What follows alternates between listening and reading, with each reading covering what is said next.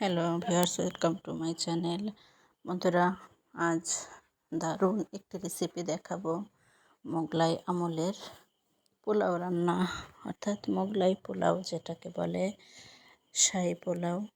তো যাই হোক, এই যে আমি বাটার নিয়েছি, আপনারা চাইলে ঘি ব্যবহার করতে পারেন বা রান্নার সয়াবিন তেল, কিন্তু ঘি বা বাটারই সব থেকেও ভালো হবে। এই যে চালটা সুন্দর করে ধুয়ে ঝরঝরে করে নিয়েছি। অবশ্যই চালটা সুন্দর করে ধুয়ে ঝরঝরে করে নেবেন, পানি একেবারে নিংড়িয়ে।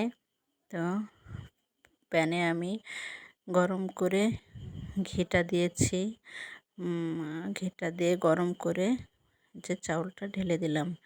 একেবারে সুন্দর মতো গরম করবেন প্যানটা, তারপর চাউলটা ঢেলে দিবেন।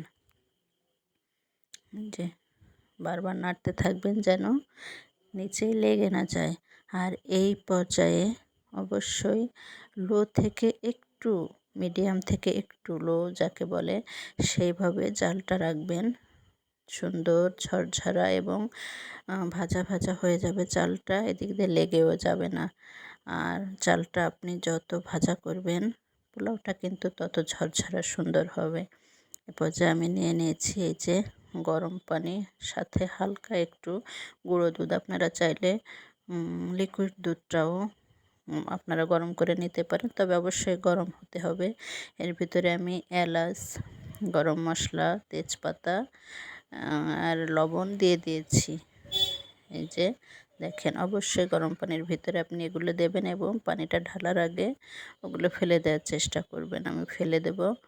তো এই যে চালটা যখন ভাজা ভাজা হয়ে গিয়েছে, তখন আমি এই গরম পানি দুধসহ এই যে ঢেলে দিলাম।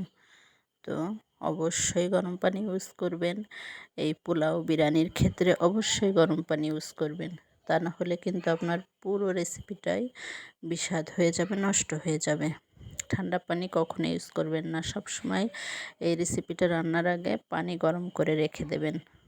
তো এই যে হালকাভাবে নেড়ে এই যে পানিটা আপনি দিলেন দুধ মেশানো, এটাকে আপনি শুকিয়ে নেবেন। তার পরবর্তী পর্যায়ে যতটুকু পানি লাগে পরিমাণ মতো পানি দেবেন। আমি এই যে ওয়াটার হিটারে পানি গরম করে রেখে দিয়েছিলাম, আমি পরিমাণ মতো পানি দিয়ে দিলাম।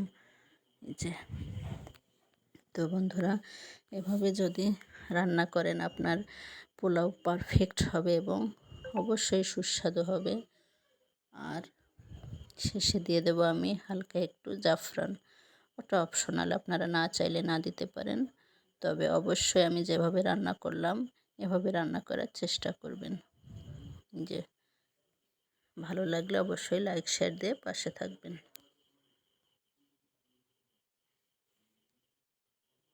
কি সুন্দর ঝরঝরা হয়েছে এবং সুন্দর একটি কালার এসেছে।